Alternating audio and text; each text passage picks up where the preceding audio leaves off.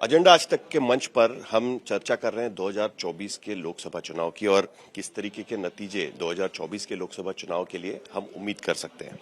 और ये चर्चा करने के लिए हमारे साथ में दो ऐसे मेहमान हैं कि जो कई बार आज तक के स्क्रीन पर देखे गए हैं और उसके साथ साथ हमने कई बार इनको देखा है कि चुनाव का प्रेडिक्शन करते हुए और एग्जिट पोल भी करते हुए। प्रदीप गुप्ता मेरे साथ में है, एक्सेस माई इंडिया, और उसके साथ में यशवंत देशमुख भी है, सी वोटर के, और दोनों कई सालों से ये बात कर रहे हैं। लेकिन प्रदीप जी, क्या हम लोग ये सोच के चले कि 2024 के नतीजे आंख बंद करके, मतलब अभी तो कोई सर्वे करो या ये करो, इसकी कोई जरूरत ही नहीं रह गई है, सब हो गया है, या नंबर्स प्रेडिक्ट करना बाकी है?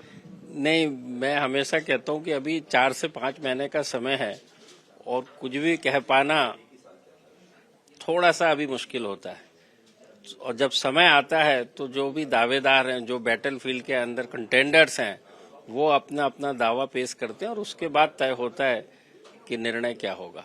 तो मैं ये कहूंगा कि मुकाबला अच्छा होगा, एक्साइटिंग होगा। थोड़ा सा हमें इंतजार करना चाहिए आउटकम के लिए। मतलब अभी भी you are not ready to call the elections कि भाई हो गया है करके? यशवंत तो कर रहे थे कि भाई हो गया, डन हो गया अभी। नहीं, देखिए, अंतर केवल यह है कि जब हम ट्रैकर्स की बात करते हैं या प्री पोल की बात करते हैं, वो हम आज के मूड की बात करते हैं कि आज हमने तापमान नापा तो आज क्या है। अब ये तापमान 4 महीने 3 महीने वैसा ही बना रहेगा तो अलग बात है। बीच में चेंज होते हैं, कहते हैं ना, एक week is a long time in politics. तो एक हफ्ते में भी तापमान ऊपर नीचे कभी भी होता है, कोई बड़ी चीज होती है। लेकिन हाँ, ये ठीक है कि जो स्थिति आज की तारीख में है, और खासतौर पे ये नतीजे आने के बाद में, 3 राज्यों के नतीजे आने के बाद में, मुझे लगता नहीं है कि अगर आज लोकसभा चुनाव आज की तारीख में वोट पड़ेंगे तो कोई बहुत चमत्कार होने की कुछ गुंजाइश है। ये मुझे नहीं लगता है। ये ठीक है कि हम प्री पोल में हम जहां छोड़ेंगे, प्रदीप के एग्जिट पोल तक आते आते वो मामला उसी तरफ और लैंडस्लाइड में कन्वर्ट होगा। और ये बिल्कुल सही कहा यशवंत जो बता रहे हैं वो 23 का, और आपने मुझसे सवाल किया था 24 का। 23 का बता दीजिए। 23 का तो जो यशवंत ने कहा वो सबके सामने, कहीं कोई उसमें शक या सवाल नहीं है। तो ऐसे 4 महीने में कौन सा बड़ा तीर मार लेंगे विपक्ष की पार्टियां कि आपको लगता है कि भाई कुछ बचा है अभी भी उनके पास तीर, या कुछ चीजें हैं कि जो बदल सकती है? मेरा कहने का और आकलन का केवल एक महत्व है कि जो बोर्ड के ऊपर कंटेंडर सारे लग जाएं कि चुनाव में कौन है। जैसे बीजेपी की बात करें, इनकम्बेंट गवर्नमेंट की, तो आज वो अच्छे शिद्दत के साथ आपको हर जगह नजर आ रहे हैं। और उसके चलते हम ये कह सकते हैं, जैसे यशवंत ने कहा, यदि आज चुनाव होते हैं तो इसमें कहीं कोई विषय ही नहीं है सोचने और समझने का कि किसकी बाजी होगी, बाजी कौन मारेगा। नंबर इधर उधर हो सकते हैं, बाजी आज की डेट में तो बड़ी क्लियर है, लेकिन 24 में क्या होगा ये एक सवाल है। नंबर इधर उधर हो सकते हैं आपने कहा, लेकिन नंबर बहुत मैटर करते हैं और अरिथमेटिक चुनाव का हम लोग उसको नजरअंदाज नहीं कर सकते। बीजेपी 2072 सीट लेकर जीतेगी, 305 सीट लेकर जीतेगी, 300 सीट लेकर जीतेगी, या 250 सीट लेकर जीतेगी, ये भी बड़ा मायने रखता है। उस लिहाज से आपको क्या लगता है? एज ऑन टुडे मुझे लगता नहीं कि 300 के नीचे एक भी सीट है बीजेपी। जो स्थिति है, देखिए, हम लोग जब आकलन करते हैं और जैसा कि मैं कंजर्वेटिव हूं नंबर सीटों में कन्वर्ट करने के, मतलब मैं उतनी हिम्मत नहीं दिखा पाता जितना प्रदीप दिखाते हैं, लेकिन ठीक है, it's okay, it's the style of batting, ऐसे जैसे बोलते हैं।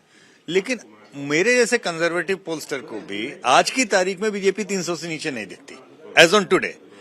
4 महीने 5 महीने, जैसे प्रदीप ने बोला कि लंबा समय है, बहुत सारी चीजें होती हैं, अलायंस होते हैं, तमाम चीजों का वो होता है। अब एक सीमलेस अलायंस अगर अपोजिशन का होता है तो ऑब्वियस सी बात है, अरिथमेटिक में हम लोग देख चुके हैं, बिहार में जब महागठबंधन होता है तो किस तरीके से एक तरफा होता है, और यूपी में महागठबंधन के बावजूद भी बीजेपी जीतती है। तो कोई अरिथमेटिक केवल वो नहीं है ना, केमिस्ट्री भी बीच में आती है, अरिथमेटिक भी आती है, केमिस्ट्री भी आती है। और अब तो ये भी कह सकते हैं कि लोकसभा के 4 महीने का जब समय होगा तो फिजिक्स भी आएगा, क्योंकि फिजिक्स का मतलब ये है कि एक व्यक्ति एक समय में कितनी जगह उपस्थित हो सकता है। क्या इतने कैंपेनर्स हैं कि फिजिकली हर जगह पहुंच सकें, या जो मेन कैंपेनर है उनके अंदर फिजिकली इतनी ताकत है क्या कि वो मुकाबला कर सकें जो एनर्जी बीजेपी के टॉप ब्रास में है। आपने एलिफेंट इन द रूम की बात कर ली है तो हम बात ही कर लेते हैं प्रधानमंत्री मोदी की, क्योंकि मुद्दा ये है, यहाँ पर 3 राज्यों के चुनाव की बात हुई है। इसके लिए एक मुद्दा बार बार यह निकलता है कि लोग कहते थे कि भाई 3 विधानसभा जीत लिए तो मतलब गिवन हो गया, लेकिन उसको हम दूसरी तरीके से देखते हैं, दूसरे तरफ से भी देख लेते हैं। कांग्रेस ने अपना वोट शेयर जितना उनका जो है वो कायम रखा है, नंबर एक। नंबर दो, इस बार के विधानसभा चुनाव में पिछली बार की तरह जैसे बीजेपी के रीजनल सत्रप्स का मामला काफी इंपॉर्टेंट रहा था, उनका नाम काफी इंपॉर्टेंट रहा था। जैसे मसलन राजस्थान में घोषणाएं दी जा रही थी कि वसुंधरा तुम्हारी खैर नहीं लेकिन मोदी तुमसे बैर नहीं। इस बार तो सारे चुनाव मोदी जी के नाम पर लड़े गए हैं, सारे के सारे मोदी ही गारंटी है कहा गया है। तो उनके नाम पर जितना निचोड़ना था वो तो निचोड़ चुके हैं। अब इसके बाद कुछ बचा है, अगर आप वही चीजें सुपर इम्पोज करें, मुझे पता है कि आप उसके बारे में कुछ आपका रवैया अलग, मतलब आपका सोच अलग है, लेकिन फिर भी, और ये दोनों के लिए सवाल है, तो ऐसी स्थिति में लोकसभा में इससे ज्यादा और क्या हो जाएगा? भाई आपने पहले ही उनके नाम पर वोट दे दिया है, तब इसके आगे और कहां लाइन खींचेंगे?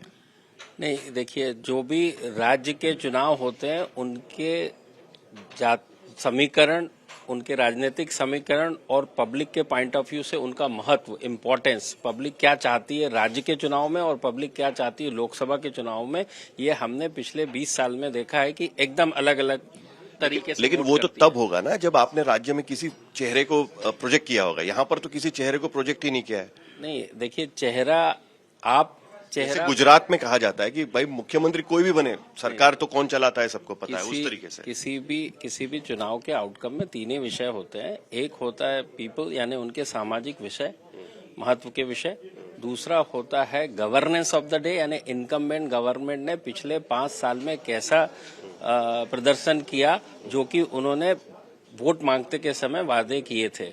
और तीसरा विषय होता है कि ये दोनों चीज के लिए आज की डेट में जिसको हम वोट करने जा रहे हैं, वो टिकट पे नेता कौन होने वाला है। बिल्कुल आपने कहा कि मोदी जी ने डिक्लेयर नहीं किया था और मोदी जी ही थे, ये हमको कैंपेन में दिख रहा है। लेकिन साथ में जनता, यदि राजस्थान की बात करें तो इनकम्बेंट गवर्नमेंट का, गहलोत सरकार का कार्यकाल कैसा था 5 साल में, और आगे क्या उम्मीद की जाए और विकल्प क्या है, इसके आधार पर जनता निर्णय। मैं दूसरी बात पूछ रहा हूँ, मैं ये पूछ रहा हूँ कि उनके नाम पर जितना वोट लेना था वो तो ले चुके हैं, अब वो पीक हो गया है कि इसके आगे लोकसभा में जा सकते? मैं एक ही चीज बता दूं कि मैं वही कह रहा हूं कि वो राज्य के चुनाव थे, राज्य के चुनाव पे टिकट पे मोदी जी नहीं थे, तो आप ये नहीं कह सकते जितना होना था हो गया ना, नहीं हुआ। वो तो जब केंद्र के चुनाव होंगे तो केंद्र के चुनाव में टिकट पे कौन होगा, जनता उसके आधार पर निर्णय लेगी। अगर सवाल ये है साहिल कि क्या ये पीक हो गया है, तो उसका जवाब है नहीं। ये बहुत सारे लोग इस बात को कहते हैं सैचुरेशन हो गया है, सैचुरेशन हो गया है। ठीक है, सैचुरेशन किस मायने में हुआ कि राजस्थान की 25 की 25, हाँ सही किस बात है। सीटों के मामले में आप कह सकते हैं कि सैचुरेशन हो गया कि 25 से राजस्थान में 25 ही रहेंगी ना। नहीं, लेकिन इस वोट शेयर में वो सैचुरेशन, मतलब जितनी 25 है वो 25 की 25 नहीं जीत पा रहे हैं। मतलब अभी का जो वोट शेयर हमको दिखाई दे रहा है, और जो इसमें वो उसमें आप अभी लोकसभा का मोदी डिविडेंड या मोदी फैक्टर आप नहीं जोड़ रहे हैं। मसलन जैसे राजस्थान की बात करें, वो फैक्टर अलग होगा। मैं आपको राजस्थान का बताता हूं। जैसे राजस्थान में 2014 में भी बीजेपी ने 25 जीती, 2019 में भी जीती, लेकिन दोनों के बीच के वोट शेयर का मार्जिन और बढ़ गया 2014 और 2019 के बीच में। मसलन 2014 की लड़ाई अगर थी 50% वर्सेस 45% की, सपोज कीजिए, 2019 में वो 55 और 40 की हो गई। 2024 में राजस्थान की वो लड़ाई 60 और 35 की होगी। कहने का मतलब ये है, तो आप देखेंगे कि राजस्थान की 25 की 25 बीजेपी न केवल जीतेगी बल्कि 2014 और 2019 से भी ज्यादा बड़े मार्जिन से जीतेगी। तो ये एक बड़ी यूनिक सिचुएशन होने वाली है। 2019 में एक बहुत बड़ा आश्चर्य लोगों को झटका लगा था कि कितने सारे ऐसे राज्य हैं जहां पे बीजेपी ने 50% से ज्यादा वोट पाए। जैसे यूपी में उन्होंने पाया था, महाराष्ट्र में उन्होंने, सबको झटका लगा था। अब मैं आपको एक वो रिडल पजल जो भी देना जा रहा हूँ, जो झटका आपको 2019 में 50% का लगा था, हो सकता है 2024 में आपको वो 60% का लगे। कई सारे राज्यों में ऐसे जहां पर बीजेपी क्या उतना पा सकती। तो सैचुरेशन अभी आया नहीं है, मेरा ये कहना है। नंबर एक चीज। नंबर दूसरी चीज, जिस सैचुरेशन को आप सीटों में नाप रहे हैं, वो सैचुरेशन आप देख रहे हैं जहां पे सीटें पूरी बीजेपी ने जीत ली, लेकिन जिन राज्यों में बीजेपी ने कम जीती या अभी तक कंटेस्ट में नहीं थी, क्या जब ऊपर का सर्ज बढ़ेगा तो जिन जगहों पे एंट्रेंस नहीं थी वहां पे एंट्री भी नहीं मारेगी, स्पिल ओवर इफेक्ट होगा। तो हो सकता है कि वहां खाता खुले। जहां खाता खुल गया था हो सकता है वहां सीटें बढ़े, और जहां पे सीटें बढ़ी हुई थी वहां पे हो सकता है कंप्लीट स्वीप हो, और जहां कंप्लीट स्वीप है वहां पे तो कंप्लीट स्वीप है ही है। इतना कॉन्फिडेंस है तो सर महाराष्ट्र का भी बता ही दीजिए, क्योंकि वही स्टेट। कॉन्फिडेंस ये आज का देखिए, ये आप अगेन आप साहिल प्रदीप पत्रकार नहीं रहे हैं, लेकिन मैं पत्रकार हूं इसलिए मैं वो लाइन ऑफ क्वेश्चनिंग जानता हूं। अगेन प्रदीप की तरफ से भी या मेरी तरफ से भी या संजय या जो भी पोस्टर है, हमारा आज का मिजाज जितना भी है वो आज की तारीख का है। आपने आज बोला कि आज मैंने आपका ब्लड ग्लूकोज नापा, आज मैंने आपका बीपी नापा, आज बता रहे हैं। ये 4 महीने रहेगा इसकी गारंटी हम नहीं लेते, लेकिन हाँ आज की तारीख में जितना है, और अगर ऐसा ही मौसम और ऐसी ही सेहत, ऐसी ही सब कुछ बना रहता है, तो ये वाले हो सकता है कि फाइनल में भी कंटिन्यू। चलिए सर, आप तो जैसे बताया ना, तो आपका प्रश्न आपको ठीक करना पड़ेगा। आप प्रश्न कीजिए 24 में क्या और आज क्या। चलिए मैं एक फाइनल आपको एक ये कर लेता हूँ कि जी। फिर आपको क्या लगता है कि 3 राज्यों का तो ठीक है भाई, सीट्स वहां पर ऑलरेडी पीक पर है, अब आने बाकी राज्यों का क्या आपको लगता है? नहीं, जैसे मैंने कहा, हर राज्य की और हर चुनाव की अपनी एक डायनामिक होती है और उसके आधार पे राजनीतिक आउटकम आता है। जैसे महाराष्ट्र में एकदम अलग राजनीतिक परिदृश्य है, बिहार में एकदम अलग है, यूपी में एकदम अलग है, ये सब बड़े बड़े राज्य हैं, बंगाल में एकदम अलग है। फिर आप देख रहे हैं साउथ में स्थिति क्या है। आप उसको नहीं बुला सकते कि साउथ में कर्नाटक और तेलंगाना एक के बाद एक जीता है कांग्रेस ने। अभी भी क्लोज कंटेस्ट आप उम्मीद करते हैं? नहीं, मैं क्लोज और एक तरफा की बात नहीं कर रहा हूं। मैं ये बात कर रहा हूं कि जो प्रिपरेशन करेंगे, खासकर अपोजिशन, क्योंकि बीजेपी की तो प्रिपरेशन बिल्कुल पुख्ता है, रेडी है, तो उसके ऊपर निर्णय रहेगा कि वो कितने अच्छे से मैसेज और मैसेंजर जनता के बीच दे पाते हैं। बहुत बहुत शुक्रिया सर। तो 2 पोलस्टर हमसे बात कर रहे थे, और 24 ज्यादा दूर नहीं है। देखना होगा कि अपोजिशन पार्टीज का प्रिपरेशन किस तरीके से होता है।